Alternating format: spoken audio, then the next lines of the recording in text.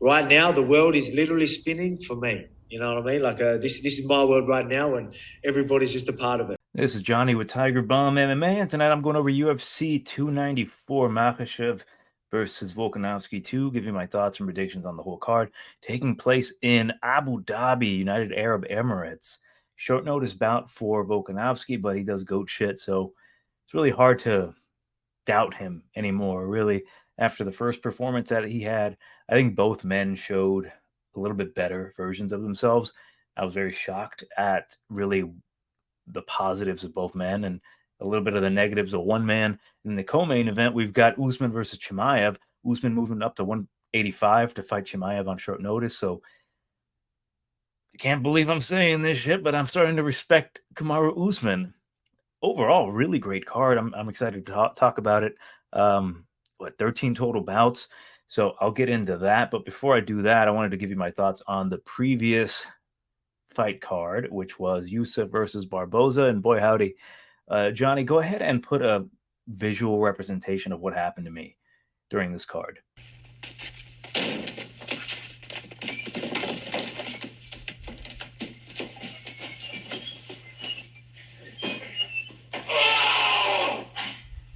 I don't know what I put in the future, but I'm going to assume it's something good.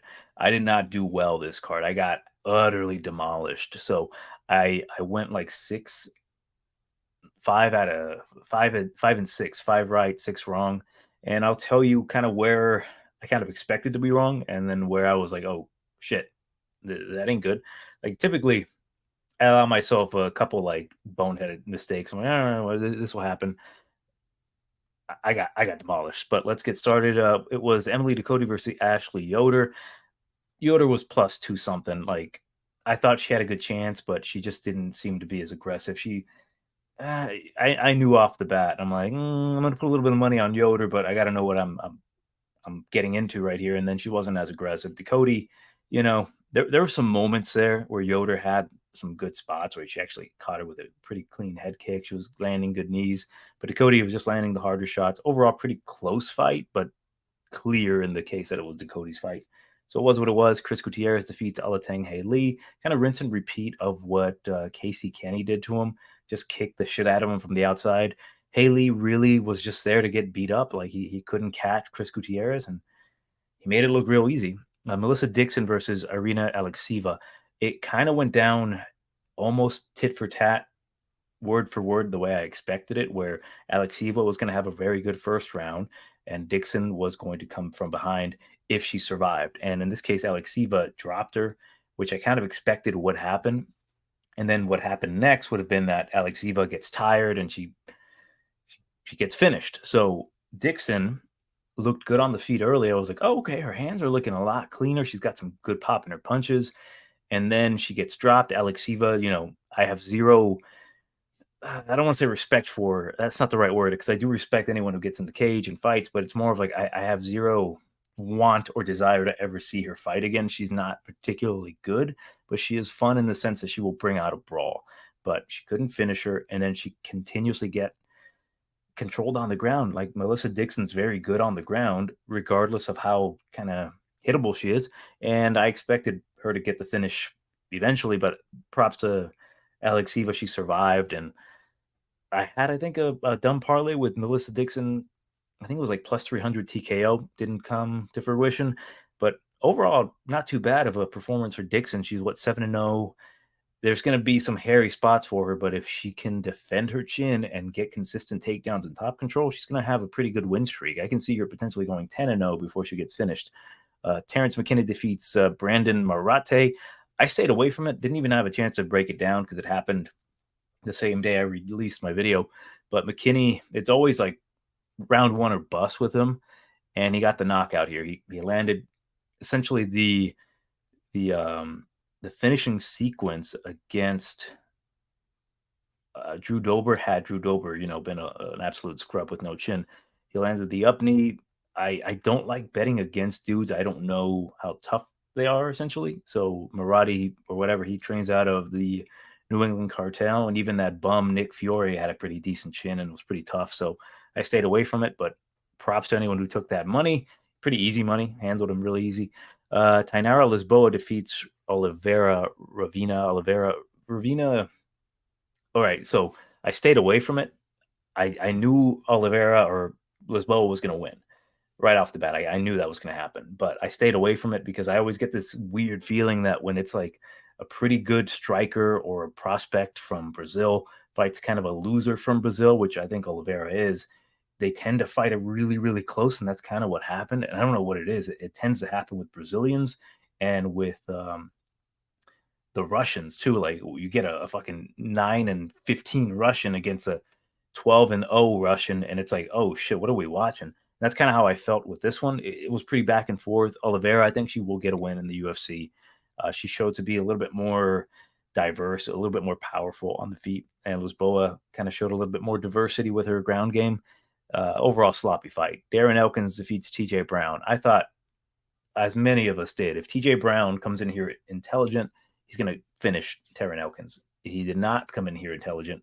He had moments where he could have won the fight by just disengaging against Elkins, just kicking him from the outside, punching him, avoiding the scrambles, yet he would find himself in like these, like, choose your own adventure path. Should I disengage, stay away after I've gotten away from his clutches because he's clearly out grappling me? Or should I jump for guillotine? Or should I take his back when it's clearly not working? He's like, let me be a fucking idiot.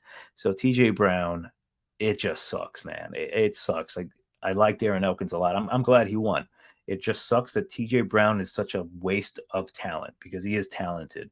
He's just, it just sucks, man. It just sucks being a fan of the sport. I'm like, you at least want to see guys not lose via incompetence of the brain, and that seems to be what TJ is doing. And shit, if he ever does hear this, like, dude, get your shit right. Go see a psychologist. I'm tired of seeing you have good moments and then it's like, pull guard. Like, all right. Christian Rodriguez defeats Cameron Simon. My only winning bet of the night officially was Christian Rodriguez, and he handled Simon pretty well. I was very impressed. It's just that the damn weight issues of Christian Rodriguez are pissing me off, dude. Like, I would have put more money when he missed weight, but the fact that he did it twice in a row, I was like, shit, man. I don't know how he's gonna look, but he looked great, of course, because he had 5 extra pounds of weight on him. Simon looked very well, like, as well. Like, I was very surprised at how well he handled the shots that he ate, the way he was able to avoid the submissions. Very, very good prospect fight, and Christian ended up winning that one, but there's a bit of an asterisk there. I do like Rodriguez. I think he's going to do well at 145 if they give him the right matchups. I actually think if they match up Rodriguez and Elkins, I think Rodriguez will finish Elkins. That's how confident I am in Christian Rodriguez and his overall MMA skill set. Simon, he's going to bounce back fine with this. I don't think he lost stock. I think, honestly, he gained stock with me because even though he lost a fight, he put up a fantastic performance. So overall, great fight. Sucks that Rodriguez lost some money. Pereira defeats Petroski. I picked Petroski. I wanted Petroski to lose, though. I even put a little bit of money on Petroski to win. I'm like, well, maybe he's plus money if he does end up grappling. He decides, nah, let's just stand on the feet for a little bit. And Pereira handled him, which it sucks because I've always thought that of Petroski. I didn't think he was particularly great at MMA. Just his grappling is just overpowering. And Pereira, he's not really a guy, especially at 185. I couldn't really trust him moving up. And he looked every bit of minus 190, minus 200. So props to Pereira. I'm happy to see him in a good weight class. He looked bigger than Petroski. It's just that I really wish we got to see a bit more from Petroski. Not to say that I wish my bet won. It's more of I wanted to see how Pereira looked in that particular matchup with a relentless wrestler. Unfortunately, we didn't get to see that. Jonathan Martinez defeats Adrian Yanez. I lost 2 units on Yanez. I felt very confident that I thought he was going to get on the inside and land pretty clean on the chin. You play with fire in these situations, and I know that 100%. Like, I'm not butthurt. Like, when he started taking those leg kicks, I was like, this motherfucker said he was training with a southpaw kickboxer, and yet he's still eating the leg kicks. He's not checking them. And I'm like, I'm in trouble right now. And props to Martinez. Like, I like both of these guys, but Martinez is just getting better and better.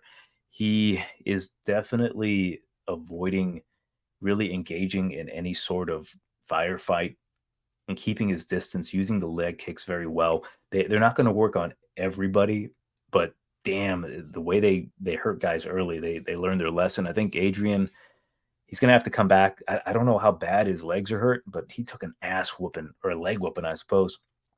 I'd like to see what they do with Jonathan. Like, there's talks about how far he can go in the division, but I have my doubts about the guy just because, again, that chin is still a liability.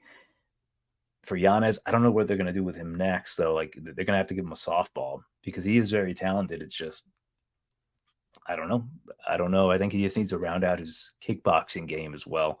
Moving on, Viviana Araujo defeats Jennifer Maia. I thought it was a close fight. I had Jennifer Maia to win that one. Viviana surprised me with how good her grappling really was against someone that could grapple. Jennifer Maia just got stuck in the body triangle in the second round. Third round was Maia. And the first round was pretty close. I edged it to Maia by like the slightest absolute margin. And that could be like a 1% margin of error because I was biased. But it was a very close fight. I can see Araujo winning. I've got no quarrel with that. It's fine. But really good fight. I'm glad, Araujo's not on a 3-fight losing streak now. What was she at? She was on a 2-fight. Yeah. So she really needed that fight. She really needed that win. So we get to see a bit more of her. Now, for Sodiq Yusuff versus Barboza, I had mad units on Sodiq. Mad units. And it did not play out well. I felt very confident in the first round. I'm like, yeah, Sodiq, he's going to walk him down, land some clean shots. He looked fantastic in that first round. And then Barboza obviously was battered to shit. And then I kept thinking, oh, okay, it's fine. Like, plan B is grapple him up, put him against the cage, take him down. You're the fresher guy. You got the better cardio. 37-year-old, 145 Barboza is a different animal these days because he won every other round after that. I didn't particularly agree with a 4-round sweep. I thought Sodiq maybe won potentially round number 4, 5, or 2. They were pretty close, but it was definitely like all leaning towards Barboza. So I'm not gonna like bitch about it. Like, it stung really bad. This is one of the worst nights betting that I've had in a long time. Then on top of that, I got my ass handed to me by baseball and football. So I'm like down a couple grand, which sucks, but it is what it is. Like, I'll be back. I always come back. I'll just say that. But yeah, interesting because like I like Yusuff. I think he handled it well, but it just kind of sucked to see that everything that I reviewed and watched and taped led to one outcome, and it turned out to be like the reverse Uno card. Like, oh shit, Edson Barboza's got the better cardio. Like, we know Edson's dangerous, but for how long? Apparently, for every fucking round in 5-round fights. So it's like, damn, lesson learned. But let's move on to the actual main card. We've got the first fight of the night. I didn't see this one coming. Bruno Blindado Silva versus newcomer Shira Bullet Magomedov. I'm glad that Shira's looking pretty good. I know his eye was kind of busted up, so he's looking really good now. Definitely an improvement. But we've got 11-0 in Magomedov. He's minus 200. Comeback on Bruno Silva is plus 165. So I didn't really know much about Shira other than like the legend and the myth of him, beating up dudes in malls and being undefeated, and like his what is it called? Tapology pictures him like all cool with like the Muay Thai wraps and stuff. But I'm like, how good is this guy really? Like, I know about Bruno, and I'll make this pretty quick. Bruno, black belt in kickboxing, Muay Thai, I believe a black belt in jiu-jitsu. He's a solid overall fighter. Just that as of late, he's been getting finished, and it's not necessarily because he's getting knocked out. He's got chin issues. It's just, I think, honest to God, I think Pereira ruined his chin forever. But despite that, his chin is still intact, where he's not getting knocked out, but like you can tap him and he's just going to be like, here's my neck.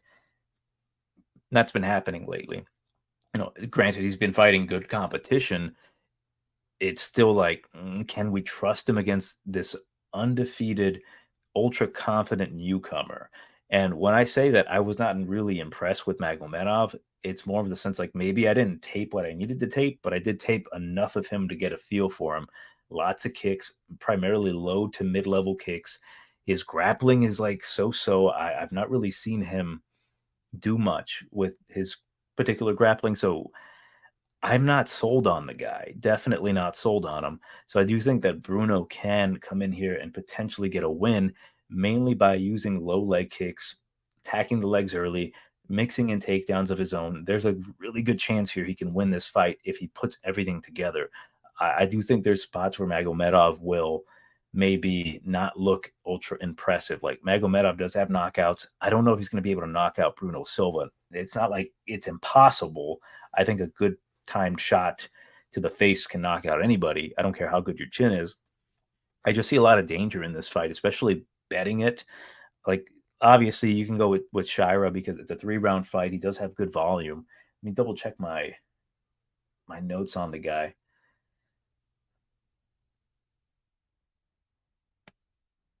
Yeah, I think he's primarily like a point fighter that can get finishes. That's my take on him. I could be completely off. I do think there's some value in Bruno, but just know if you do end up betting Bruno, what to expect with him. Like he may not throw enough volume for you. He can lose a point decision here. I think there's a good chance he could knock out Magomedov. I think he's a good chance he can actually take him down, control him, win a decision of his own, possibly even get a submission if he mixes things up. I just don't know, man. Like I think with the damage he's taken over the last few fights, a 34-year-old man, he's kind of an older 34-year-old because of all the damage. He's had a lot of fights, like what 30, 32 fights compared to the 29-year-old who's only had 11. So it is definitely a real test for Magomedov. I'm going to pick Magomedov to win this one by a decision. I think he will have more volume, but boy, when I tell you that I think he's got a good chance to lose here, I do believe that. I'll pick Shira Bullet primarily because if it does go to a decision, I do think that here's the shit when judging stupid ass fights, especially if you're going to be in a country that kind of wants you to win. Judges will see what they want to see. Now, Blindado could be landing the harder shots, but not enough of them.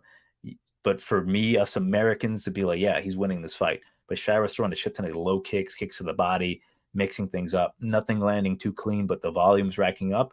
Fuck, if that's all I want to see, that's all you're going to get. So 30-27 Magomedov. It could be a really close fight if that becomes the outcome of the tit for tat kind of.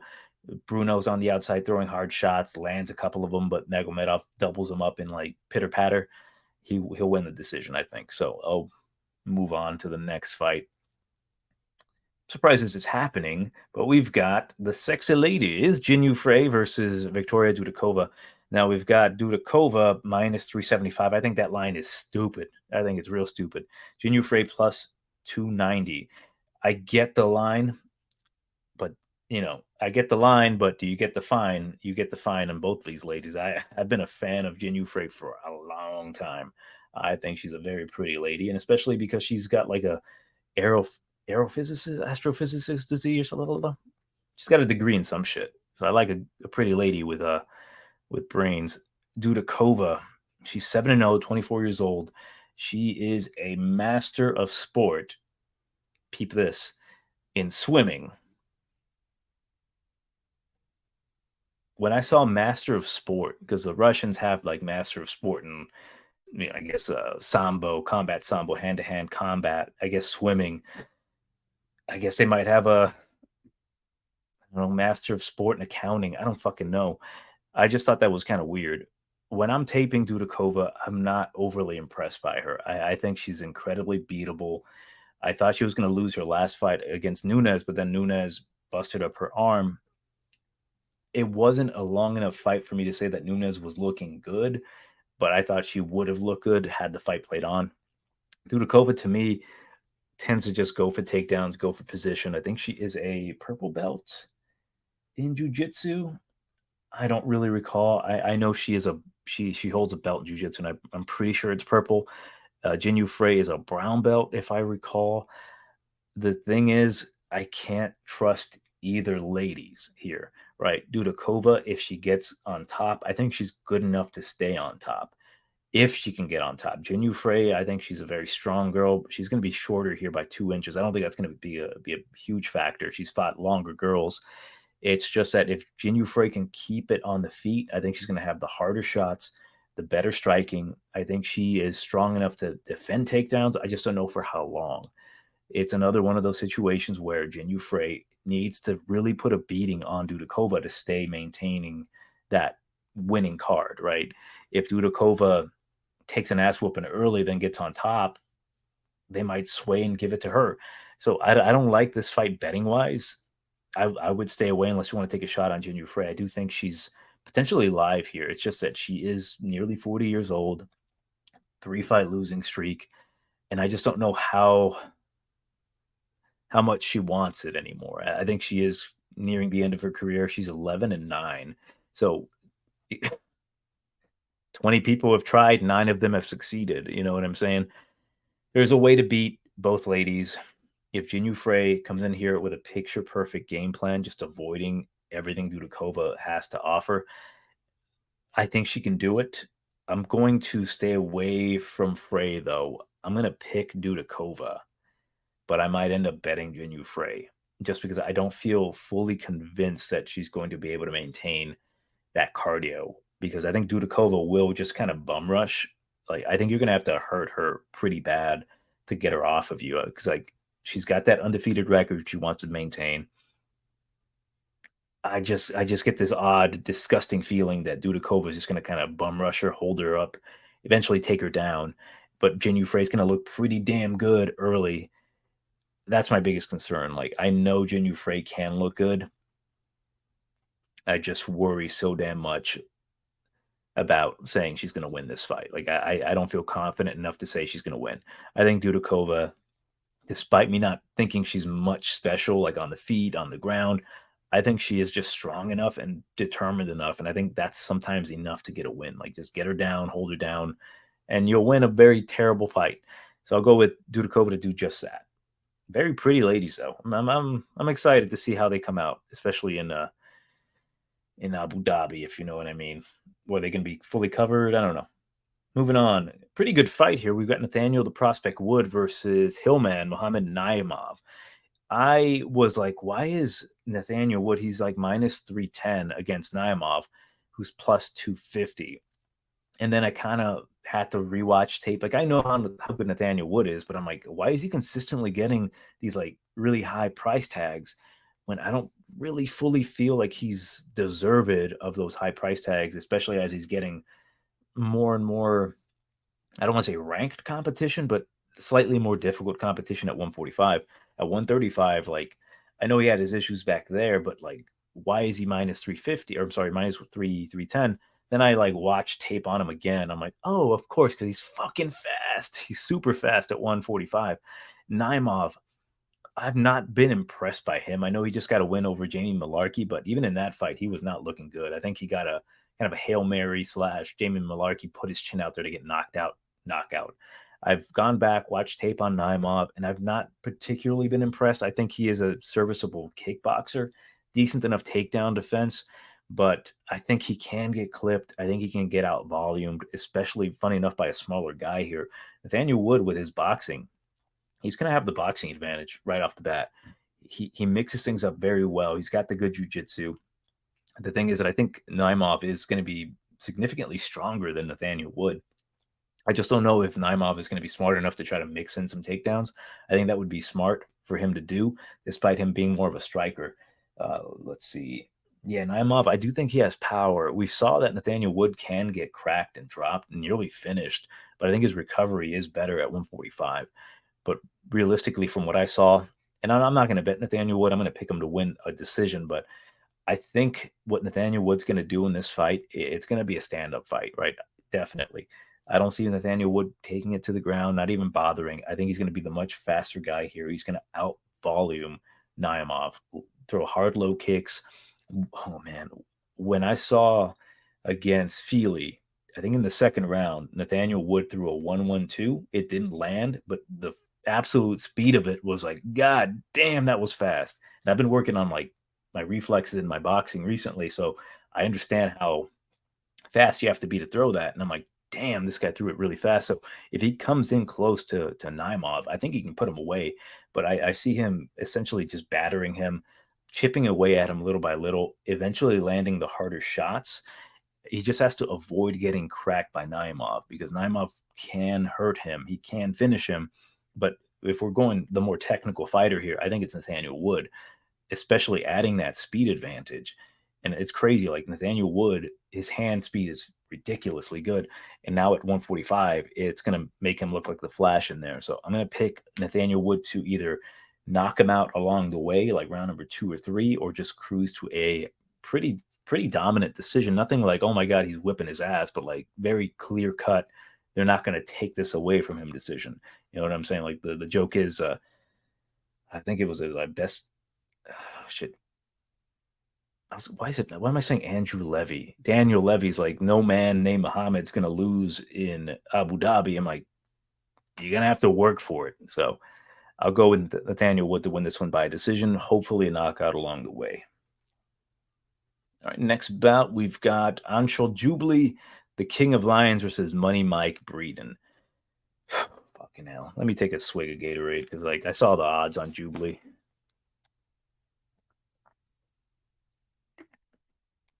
Jubli is minus 400. And I understand. I get it. I'm not going to be like, this makes no sense. Mike Breeden's real good.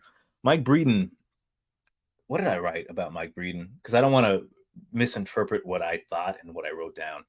What did I write? He's a jobber to the stars, Mike Breeden is. Like, he's come in and lost to guys that he's supposed to lose to. Like, if we look at his record and his losses for Mike Breeden, Alex Hernandez knocked him out. Like, yes, we get Alex Hernandez not a huge name. He's not particularly a star, but he's a name. You know who he is. Natan Levy he decisioned him. Again, not a huge star, but you know who he is. And then Terrence McKinney, same kind of boat. He's brought in to lose to these guys, and so far he's been doing a bang-up job of it. Is Jubli one of these guys? Is Jubli one of these guys that is skilled enough to beat Mike Breeden, finish him early, and or decision him?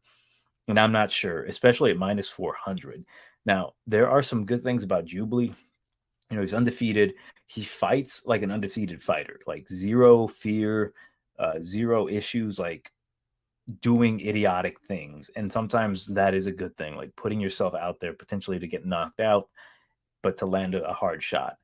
And I think it would serve him well to continue doing that. Obviously, like perhaps he has improved his skill set over time, but I've not particularly been overly impressed by the guy. Like he's a big dude. He's 6 foot tall, but like he's not necessarily fought very good competition or very skilled competition. Like his fight in the road to the UFC against Kyung Pro Kim, I thought Kim won that fight. Then again, who cares what I think? I just thought it was like, this is not a good showing for Jubli. And then his fight with Jeka Saragi, honestly, God, I thought he, how can I put this properly? Because definitely he won, and how he won isn't particularly like a oh, shame on you, but I just thought he was just way too big for him. He was fighting a guy that didn't belong in the weight class, so it made him look more impressive than what he truly is. There was a moment there where Jubli, or I'm sorry, not Jubli, Sadagi landed a pretty hard head kick. I'm like, well, damn, like that was impressive from Jeka, but more so like Jubli's chin is pretty good. I was like, okay. So what I'm thinking is that Jubli isn't particularly going to get knocked out by Mike Breeden, so that's like out of the question there. So does Mike Breeden at plus 310 hold any sort of like value? And I think he does, primarily because I don't think he's like a big knockout guy in the sense of like landing punches to the skull. He's more of a volume guy, lands to the body very well.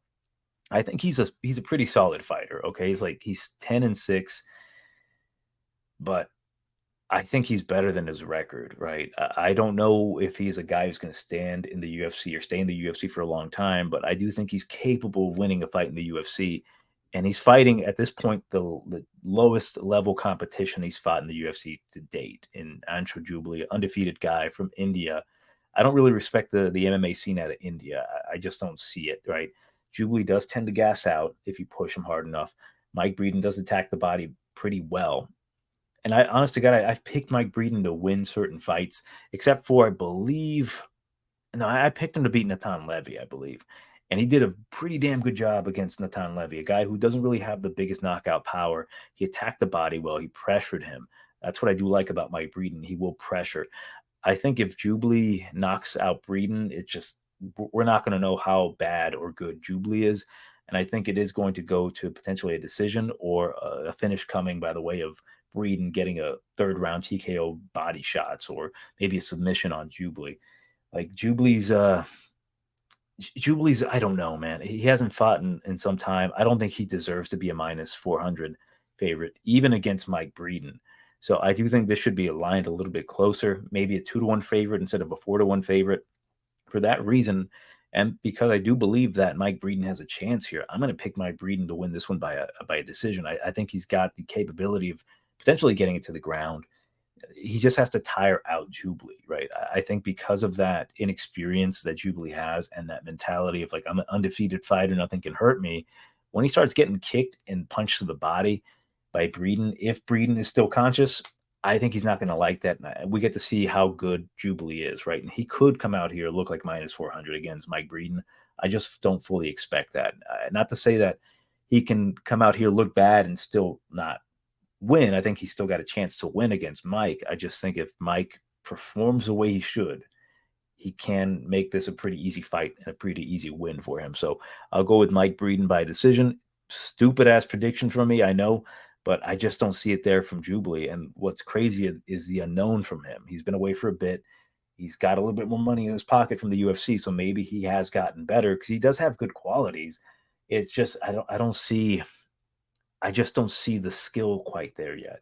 I think he's a big dude. He's pretty dangerous because of that confidence, but I don't know. I just don't think he's all that good yet. Like with his combinations, I think he overextends himself too when he gets tired. I think in that first round he's going to look good, but if Mike Breeden puts in the work, money in the bank with the body shots, it'll be a much closer fight. So I'll take the plus 310. I'm going to be a bit more conservative betting this card just because I got my ass handed to me last card. So I might put a little bit of money on Mike Breeden. So moving on, we've got Sadiqris Dumas versus Abu Azaitar. Minus 170 for Dumas. Come back on Azaitar is plus 145. I'll make this one real quick. I'm going to take Dumas by a decision here. I think Dumas, say what you want about the guy, he is the younger fighter. He's the taller fighter, the longer fighter. And he's fighting a 37-year-old man, no longer on the potato juice. And Abu, the Captain Morocco, Azaitar, his last fight was 2.5 years ago, where he got beat up by Marc-Andre Barrio. I don't expect Abu to come in here and not have lost a step. I think Dumas has shown a little bit more promise as of late after his loss to Josh Fremd. He's like, well, shit, I better learn how to grapple. He was able to embarrass. He was able to embarrass Cody Brundage, which was like, you got my respect, Dumas. That was very good stuff, man. I like Dumas in this spot, mainly because I think it's an easy win, honestly, for him to beat Azaitar, right? He's beating up a guy coming off of a long layoff. I think he's got every physical advantage over him. I don't think Abu is going to be able to close the distance to maybe land on Dumas. I don't think Dumas's chin is like particularly anything special. So the way Abu wins this fight, closing the distance, cracking him, knocking him out, possibly taking him down, but with the athleticism that Dumas has, his improved overall MMA game, I think he's going to be able to like pull this one out of his ass pretty easily. On top of that, his long kicks, his long range strikes, I think Abu's going to have a tough time getting in close with that. So for that reason, I think Dumas gets on his bike a little bit, tries to land kicks. I think Dumas can find a finish along the way, whether it be a knockout or a submission. It just depends on how aggressive Abu is. And yeah, we'll see. But I do think Abu's going to look very rusty here unless he is on the potato juice again. So I'll wait to see on the weigh-ins, but he's 5'9" compared to 6'2", and he's got a 3-inch reach disadvantage. I don't think that's true. I think Dumas has some ridiculously long arms. So, and on top of that, the legs, just kick him from outside all day, and you'll eventually crack him with something. So I'll go with Dumas to win this one by a decision.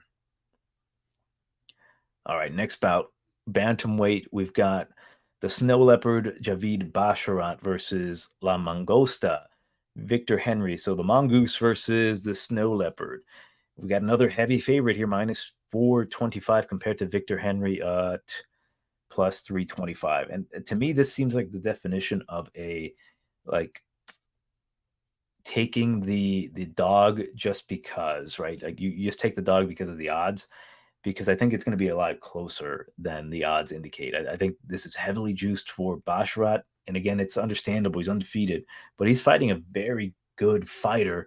It's just that the recent level of competition that they've both fought has been kind of comparable. So they both fought Tony Gravely. I think Basharat looked a little bit better than Victor against Gravely, and Victor just looked a little bit more capable of getting a finish in that fight. So it was just like comparing that. It's not apples to apples. It's just a lot more difficult to kind of gauge how they're at. But like I'm looking at the competition that Basharat has defeated. Mendoza. Now we know Mendoza's an absolute idiot, and I think Victor Henry would have handled him quite easily. Tony Gravely, they both went to a decision with him. It was more unanimous for Gravely, or sorry, for Basharat. It was a split with Victor Henry. I don't particularly agree with the split. Trevin Jones, who cares about Trevin Jones? So it's like low-level competition for Basharat, and he's been handling it well.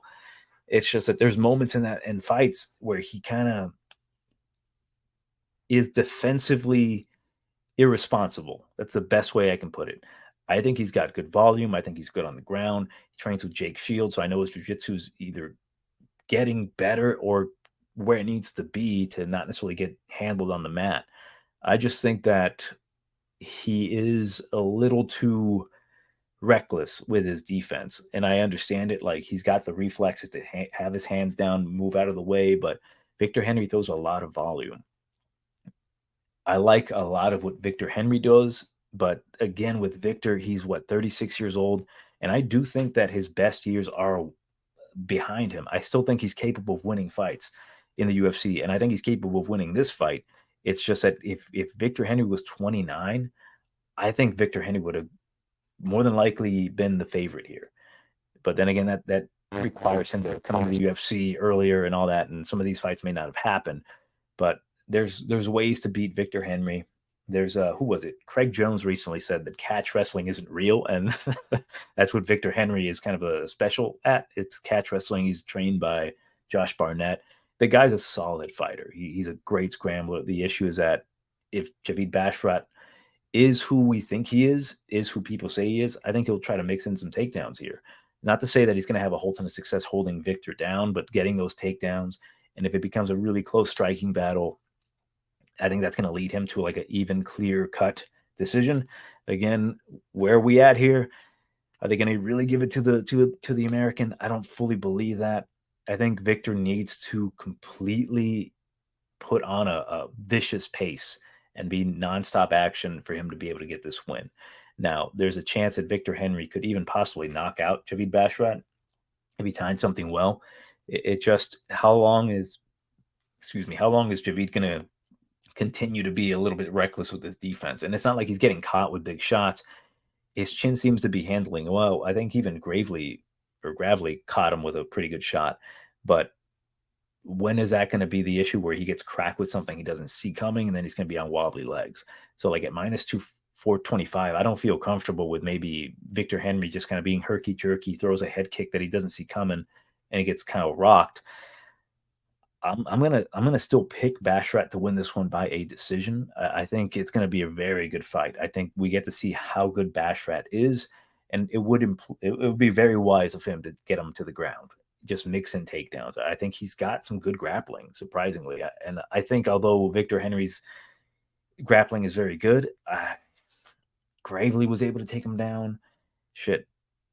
Sunsao was able to control him. Like, I know Sunsao is a legend in the sport, but still, like, where's your wrestling defense, right? I think Basharat, who's able to kind of do some work on Gravely and reverse him very well on the mat and with the wrestling, I think he can mix things in pretty well. If it becomes a striking matchup, I think Victor becomes a much closer. It becomes a lot closer if it's just striking. If Victor starts going for takedowns, I don't know if he can hold Basharat down. That's how much I do respect his skill set. It's just that, again, I don't know how good Basharat truly is because he hasn't really fought anybody as good as Victor Henry. So this is the spot. So it's like, am I going to take a shot on Victor Henry at plus 325? Perhaps. It's just, again, I can see this one being very close. And the obvious answer is just give it to the guy who everyone wants to see win.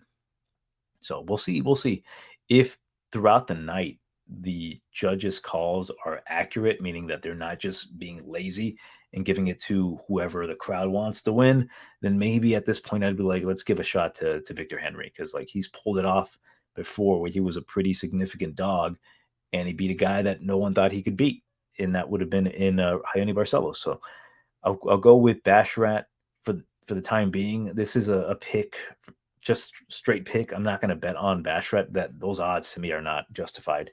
If he comes in here and he looks the minus 425, and let me add, his brother Farid, when he fought Clayton Rodriguez, I think I said the same thing. This is the best fight, the best fighter he's fought, and he ended up submitting him early at like minus 400 odds. I was like, shit, he was worth every penny. That could happen here as well, because like Victor, he's not the same guy. He's not a spring chicken anymore. He's getting closer to 40 than he is to 30. So I'm just intrigued by this matchup. I'm looking forward to see if Basharat looks anything close to that minus 425 line. So I'll stick with Basharat by a decision, but I do think it could be a lot closer when it actually plays out in front of us. So moving on, we got an interesting fight here. We've got Trevor Peek, what I call him, the methamphetamine versus Muhammad Yahya. Now, near pick'em here, we got Trevor Peek minus 115, come back on Yahya minus 105. I'll just say this, man. I'm going to go with Trevor Peek round number 1 knockout. It's not worth really spending too much time talking about what Trevor Peek does well. What Trevor Peek does well is he's an absolute ridiculously insane zombie man. Doesn't care. He's just incredibly strong, zero technique sometimes, but like he's got that X factor that you need, that if you take him away from the gene pool for a little bit, you know what I mean? Take him away from the pool, train him for a solid 8 months with striking defense. I think this guy could be a problem for a lot of guys. And I mean, in the sense of like, he's not the most skilled dude, but he will knock out a lot of prospects because he just has that natural raw power, and not necessarily just in the hands. I mean, dude just gets up. He's got the Black Beast jiu-jitsu skill. Just he gets up. I'm like, damn, this guy is kind of special in that regard, where he's kind of like a throwback fighter. It's just like, oh, you took me down. I guess I'll just get up and beat the shit out of you. Hammer fist, dude. He's got that absolute unwillingness to quit as well. This guy is just something special. But again, technique wise, there's nothing really to talk about. Like he just throws bombs and knocks dudes out. Yahya, another striker, decent overall, good record, 12-3. But I'm like, why is this dude who clearly has a title? I think in what was it? What organization is it? UAE Warriors. Why is he not a huge favorite against Trevor Peek? Like we've seen what Trevor Peek sucks at, and that's technically fighting. If it's just like, let's play, I don't know, let's play who can knock out the other first, Trevor Peek's going to win that fight every time. Should I put all my money on Trevor Peek there? But with the technical aspect that Muhammad has, like he's just a little bit cleaner on the feet. Why is he such a big, not necessarily a dog, but why is it a lot closer? Then I saw some fights of his. Dude gets dropped a lot. And he is a cleaner striker, but he's not overly impressive. This guy, oh God, his last title fight, I thought he could have arguably lost that fight. I thought it went to a decision, but I thought he could have lost 3-2 in the rounds. He got dropped twice. He's got decent enough cardio. My thing is, not overly impressed by the guy. What did I write about him? Let's see here. Yeah, I think he's beaten some good guys, but he's got a lot of bums on his record. The way I see this coming is that if Yahya kind of gets on his bike, pokes at him, keeps him out the distance, there's a chance he can not get clipped and win a decision. But I think eventually Trevor's going to land something hard. and it ain't going to be pretty. I think Yahya's going to get put out. And the funny thing about Peak is that the way he follows up, it's not a civilized manner of following up with shots. Like he's not going to make sure you're safe and shit. Like if he drops you, he will like drop anything he can on you. Like he'll drop hammer fist to make sure you'll never get back up. And that's not how he wants to fight. I don't think it's like a subconscious thing. Just when you see him throw shots, he becomes like a feral animal. It's like he wants to hurt you because he's hungry and he wants to eat. So I think that's what's going to happen. Like Yahya's been able to recover because guys kind of jump and try to like finish him with like traditional ground and pound. This guy's just going to like, ah! So I think Trevor Peek wins first round knockout. I'm excited for this one so much. Like I picked against Trevor Peek. I made some money against Trevor Peek his last fight against Chepe because I kept saying Chepe's going to win. I even said like wait until Chepe drops the first round, but I'm like, no, fuck it. I'll just put money on him and then put more money on him later. Chepe whipped his ass, and now we know how good Chepe is. And Chepe couldn't finish him. I don't think this guy's going to finish him, so I'll go with, again, Peek round number 1.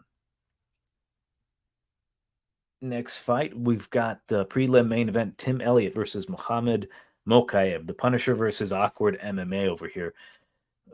Damn, these fucking odds. Minus 490 for Mokaev. Tim Elliott comes back 370. I get it. I 100% get why Tim Elliott is the dog here.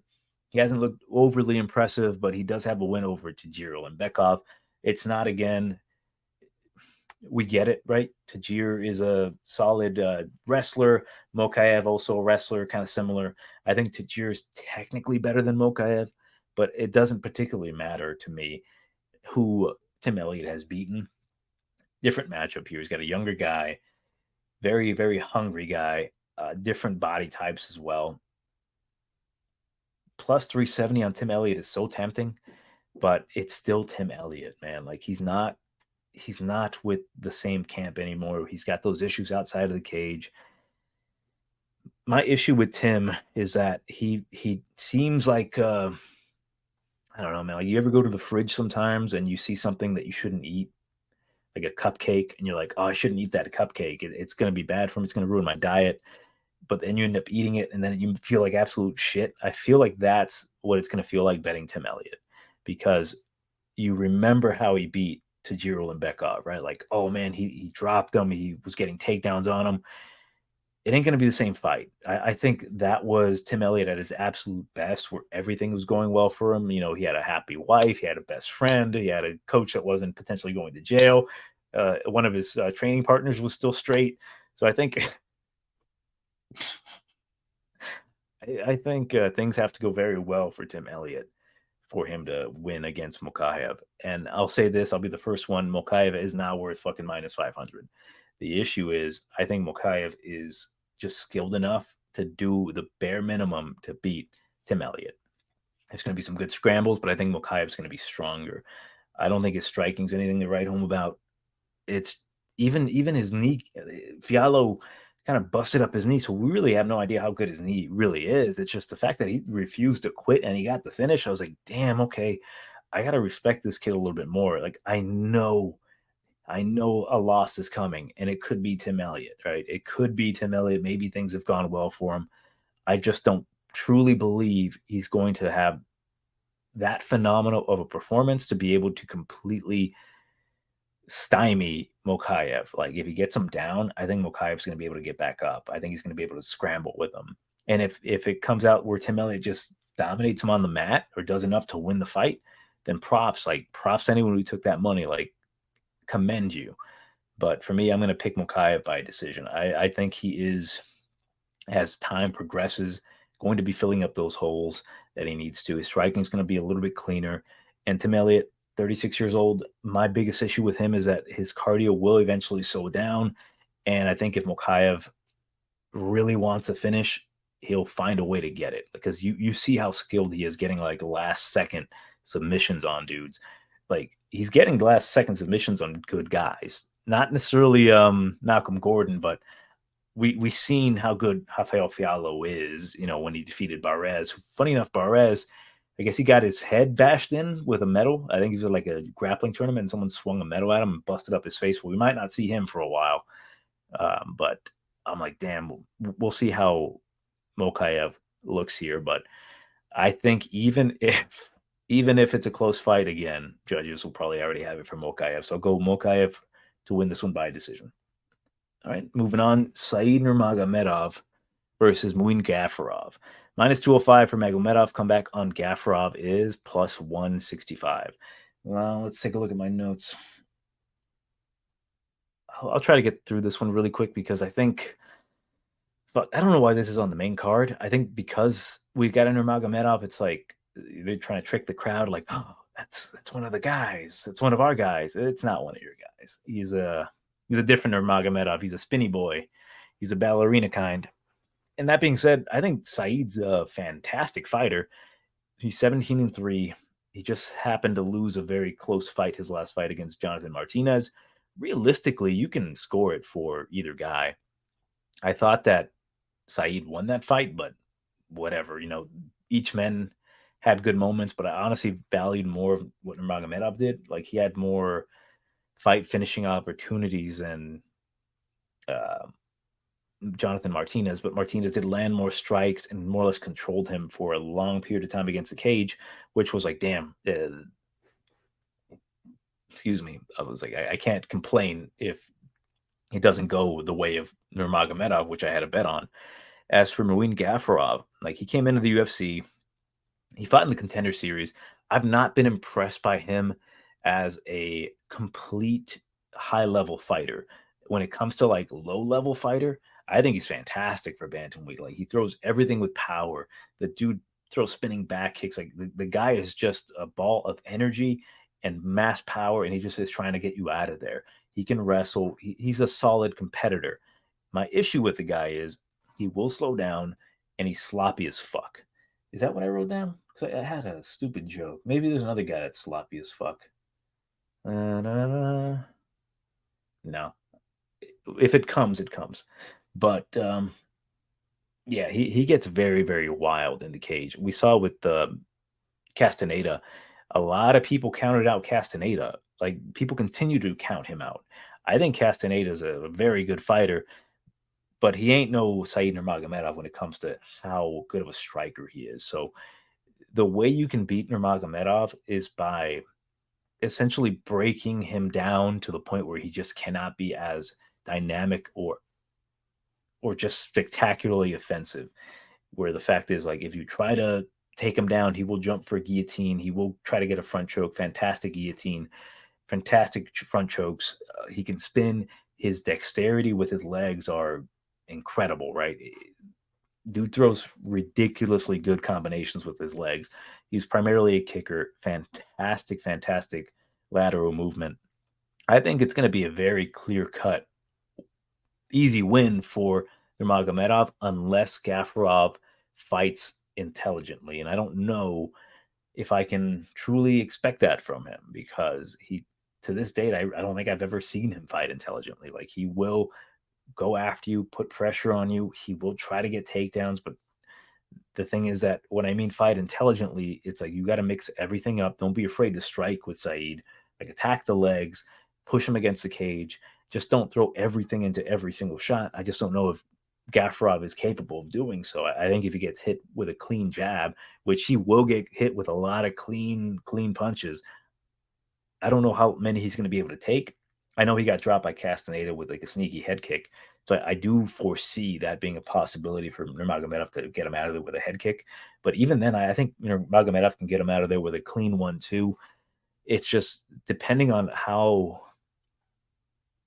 conditioned Gafarov is against Nurmagomedov is going to be the biggest deciding factor.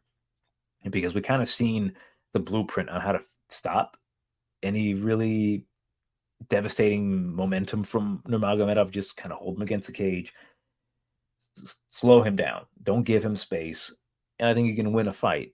But in that transition of, say, you're closing the distance, there's a lot of danger there.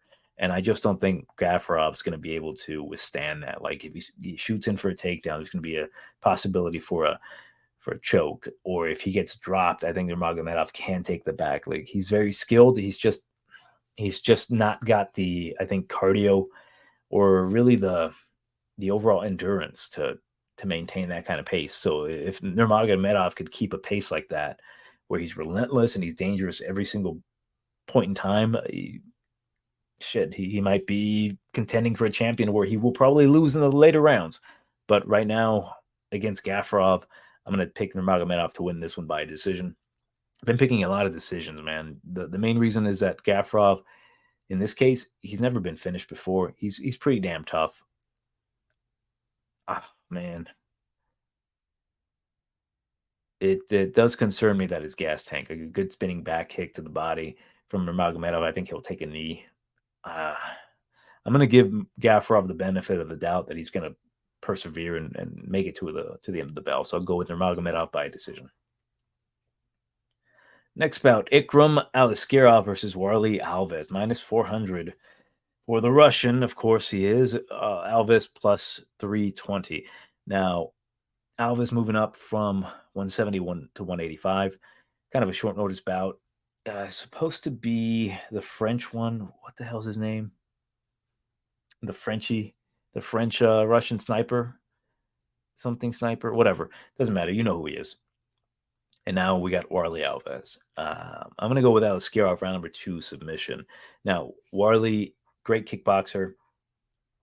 I just don't think his mentality is all quite there yet. I don't think he can handle adversity. I think he kind of tends to fold. And Aliskerov, I have my concerns with the man. I just think that this fight, much easier than his last fight. God, who was he supposed to fight? I know the guy, I just don't remember his name. All these Russians have got me all confused. Yes, Nasruddin Imavov. I think Imavov would have given him a lot of issues. But in this fight, I think really the only issue that he's going to have is that first round with Alves, where Alves is going to probably throw everything at him until he gets taken down. I think Ikram, he's got the good grappling and whatnot. It's just his striking isn't quite there yet. I think even the Phil Haas fight, we saw that he can get cracked. He's been knocked out before by a specific somebody up in the main card, the co-main. And yeah, is there a chance he can get knocked out? Of course, like, it's a fight. But I just don't think Alves is going to be able to put it together to get Aliskerov off. I think once Alves, if he actually lets the hands go and kind of goes for a barrage that potentially could finish Ikram will get him down, kind of control him there for a little bit, beat him up, and then eventually chip away into the second round where he gets a submission. I just think he's going to be a little too much for Warlley, and he's going to get that finish in that second round. So I'll go with Aliskerov. Hell, let's just say it does become a striking battle, right? Aliskerov isn't terrible on the feet. Like, we saw that he got a knockout last time against Phil Haas, but to be fair to Phil Haas, he got hurt with a knee, I believe. It was just kind of a cheeky little knee that he didn't see coming, that followed up with the 1-2 from Ikram. Ikram's best punch or combination is the 1-2. He's got a really good 1-2. It's like, shit, if you suck at striking, at least get a good 1-2, and that's what he does. He might even finish Alves with that. Like, it's very, very clean, the 1-2. So, yeah, I don't foresee Ikram really having much trouble other than potentially the first round. Next bout, we've got light heavyweight Magomed Ankalaev versus Johnny Walker. Johnny Walker, minus 345 for Ankalaev. Come back on Walker, plus 270. Now, with Johnny Walker, right, he's, as I like to call him, Irish Johnny Walker now. He's training out of Straight Blast Gym. On top of that, I think he even admitted that he has ADHD, so he's currently on the Ritalin. So I keep thinking, like, is Ritalin Johnny Walker the new face of the division, right? Is he going to run through everybody now that he's focused on the goal of winning the title? But the guy is an absolute stud, freak athlete. He's, 6'6". I don't know how in the hell he makes light heavyweight, but the guy is incredibly dynamic. He seems to be getting better everywhere. Like, his grappling, he's using that.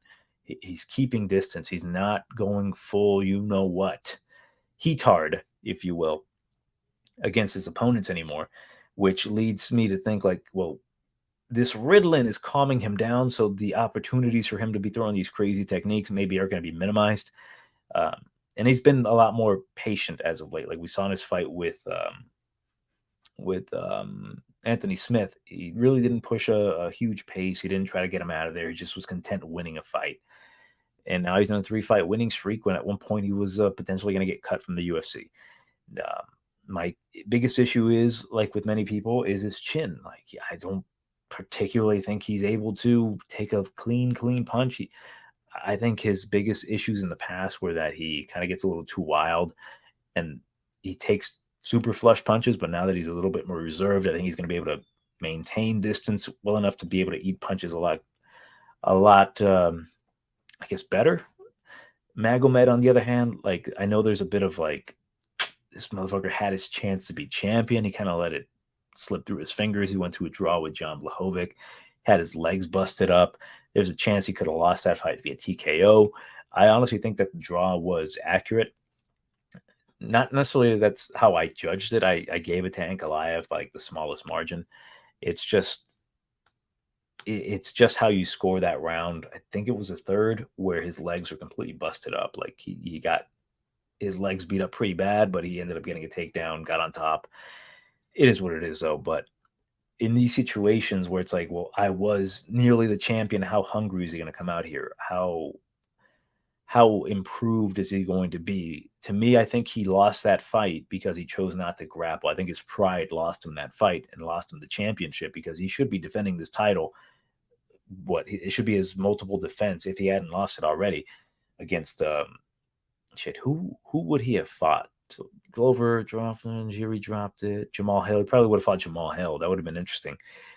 This one's interesting because Johnny is incredibly capable of knocking out any man in the division with his like ridiculous freak athlete style, right? He's an absolute madman. You can tell in the current picture here, he's eating a picture of Ankalaev. I'm rooting for Johnny for sure. But if I'm being honest, man, if Ankalaev is coming out here in a 3-round fight, I think he's going to make it look pretty easy. I think he's going to be able to use his wrestling. He's not going to fall for that, like, well, maybe I should strike with him. Like, no, just fucking take him down. Johnny Walker notoriously isn't known to have the greatest takedown defense, right?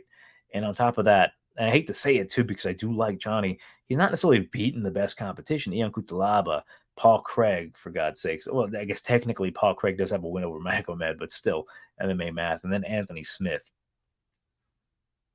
At least one can say that Ankalaev went to a draw with the former champion and arguably beat him. To me, this is Ankalaev's fight really to lose. I think the odds, although a little exaggerated, are pretty accurate. So think of that, right? I think of like the Basharat, Javid Basharat, like nearly minus 500, who is not particularly proven. And now we've got Ankalaev, who's minus 345. I think the value is all on Ankalaev. I think he's going to make it look easier. I think he's got a much easier opponent than Javid Basharat, in the sense that, like, yes, I get Johnny Walker can finish him if he does something crazy, but I think Magomed is a little too damn crafty for that. I don't think he's going to put himself in any danger up until the point where he actually finishes Johnny Walker. So I'm going to go with round number 2, TKO for Magomed Ankalaev. I think he will use his wrestling, tire out Johnny Walker a little bit, and then he's going to catch him with something, maybe a head kick, maybe a straight right hand, and he's going to hurt Johnny Walker and finish him up with ground and pound. And that pains me to say, because I do love Johnny. And if Johnny wins this fight, it's just like, here we go. The resurrection of a fellow Johnny coming up, making some money. Damn, Irish Johnny Walker's been fun. Like, so I'm hoping that he continues that like fun streak. And again, now his brother's coming in the UFC too, so that's going to be fun too. These guys are absolute, in a good way, buffoons and morons. So I like watching them fight. Next bout, co-main event, we've got Khamzat Chimaev versus Nigerian Nightmare Kamaru Usman. Now, Chimaev minus 290, come back on Usman plus 235. So, both of them former welterweights. Former welterweights. Usman, former welterweight champion. He's 36 years old, fighting the 29-year-old at 185 now. Props to Usman. Big ass balls on him, moving up in weight. Short notice fight against Chimaev, right? arguably one can say, like, shit, if had they fought for the title at 170, how are the odds going to be then? Because minus 290 Chimaev now against Usman, who's plus 235. And that 235 to me is justified, right? He's lost twice, got knocked out once to Leon Edwards, the current champion. Is it that easy to me that is it just going to be Chimaev coming in here and doing whatever he wants to Usman? I don't think so. I think Usman is a strong guy. He's not completely outmatched here. He's 6 foot compared to the 6'2" of Chimaev. He actually has a 1-inch reach advantage. He's got the better overall skill set, I believe, than Chimaev. Chimaev obviously has the wrestling. He's got the power in his punches at 185. It's just that like he's not quite there yet, in my opinion. Chimaev. I don't think he is like the clear cut. He's gonna go up and fight Strickland and win the belt and defend it like 14 times. I do think that he has a lot of holes, and that primarily would be with his like cardio and his striking defense. When he looks impressive, he becomes flawless, right? Like he takes people down, chokes them out. Is he going to do that to Usman? Can he do that to Usman? I don't think he can. I think this fight, the way I predict it going, it's going to be Usman looking pretty good in that first round. Chimaev is not going to look bad, but it's more Usman looking good. And eventually what's going to happen is I think Chimaev lands a punch that will knock out Kamaru Usman. And the reason I think that is Usman isn't the greatest granite chin. He's been hurt before. He's been kind of rocked a little bit by Colby Covington, obviously got knocked out by Leon Edwards. I just think that at 185, although I do think Chimaev he still needs to develop his striking. I think he's had enough time to get that a little bit cleaner. And the way we saw him knock out, I know this is Gerald Meerschaert we're talking about, but the way he knocked out Gerald Meerschaert with one shot, I've not seen Gerald Meerschaert get put out like that in a while. Like Gerald, say what you want, he can take a pretty clean shot. He can get hurt, but not get put out like that, especially at 185. I think that if Chimaev does land on Usman kind of clean, now that we've got a full 185, Chimaev not dying to fucking make 170, I think he's going to hurt Kamaru. So I'm going to say my prediction, Kamaru's going to look good in the first round. I think he's slightly skill for skill better than Chimaev, but the youth and not having absolutely destroyed body parts in your knees, moving up in weight, short notice, it all just indicates to me that Chimaev is going to get that finish, and I think it's going to be by knockout because I don't know if Chimaev is even going to want to take it to the ground. I think he's going to try to strike with him. I think Usman's going to land some clean shots, nothing too significant, and then Chimaev cracks him with something and then finishes him up with ground and pound. So I'll go with Chimaev round number 1 knockout. Now that he is actually representing the UAE, he's going to be the big star here, right? He's going to be the guy. I think Volkanovski and Makhachev, of course, Makhachev being the champion, but I think he's the guy representing the country. So I think he's going to try to do something spectacular here, and I think he's going to try to get that knockout. So I'll go with Chimaev, round number 1, knockout, earn your fucking Rolex, bitch, knock him out. Before I switch over to the last image, I have to preface for Islam Makhachev versus Volkanovski 2, I did do something different. I could not find good pictures of these guys, so I used AI to generate pictures for them. So, for example, I asked, hey, Islam Makhachev, what represents Islam Makhachev the most? So I got a good picture to represent that. And then for Volkanovski, I'm like, give me Volkanovski skiing. And, well, this is what I got. But yes, for the lightweight title, we've got Islam Makhachev versus Alexander Volkanovski 2, the rematch that we didn't see coming. So, as you can tell, Islam Makhachev likes to go swimming. As for Volkanovski, I don't know what the hell the AI was thinking, but I'm like, give me Volkanovski skiing, and it gave me just this odd, absolute nightmare fuel. But funny enough, they gave him hair. This fight, fantastic. I'm looking forward to this fight. Last time these two fought, to me, one of the greatest fights, one of the most unexpected performances from Volkanovski, and a little bit of a surprise from Islam. Now, we saw the first fight, very, very close. Volkanovski right now, plus 185 comeback on the champion Islam, minus 230. And am I excited for this fight? Really, because we got Alexander Volkanovski getting exactly what he wanted. He said, give me another shot and I will beat him.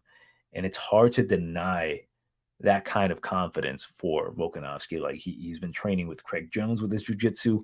And although he did kind of have great moments near the end, the fact that he was able to stuff a lot of takedowns, get back up, gave Islam a lot of trouble. And for Islam on the opposite, like his striking looked pretty damn competent. Like, of course, his grappling was where he wanted to go, but even on the feet, he didn't look all that bad. And it did show on both ends that like they underestimated each other. Volkanovski underestimated the striking of Islam, and Islam truly underestimated how good Volkanovski and how hard he was to take down. Volkanovski would say, like, I get right back up. People get pissed off because I just pop right back up. And then everyone's like, oh, of course, yeah, of course, Volkanovski. Even me, like I knew Volkanovski could do it, but realistically, I'm like, how long is he going to be able to keep doing that? The whole fucking fight, apparently. I love Volkanovski. Like, to me right now, the fact that he's taking this rematch on like a week's notice against Islam Makhachev in enemy territory, essentially, like tit for tat, right? Like the first fight was in Australia, and now we've got it in not necessarily Russia, of course, but like, you know, the territory named after Makhachev.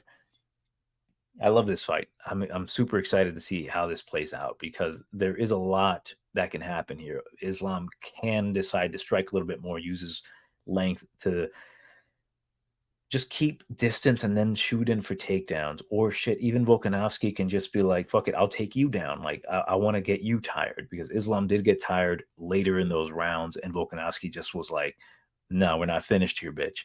But we know what each guy does well. Islam can really dominate on the ground, get the back control.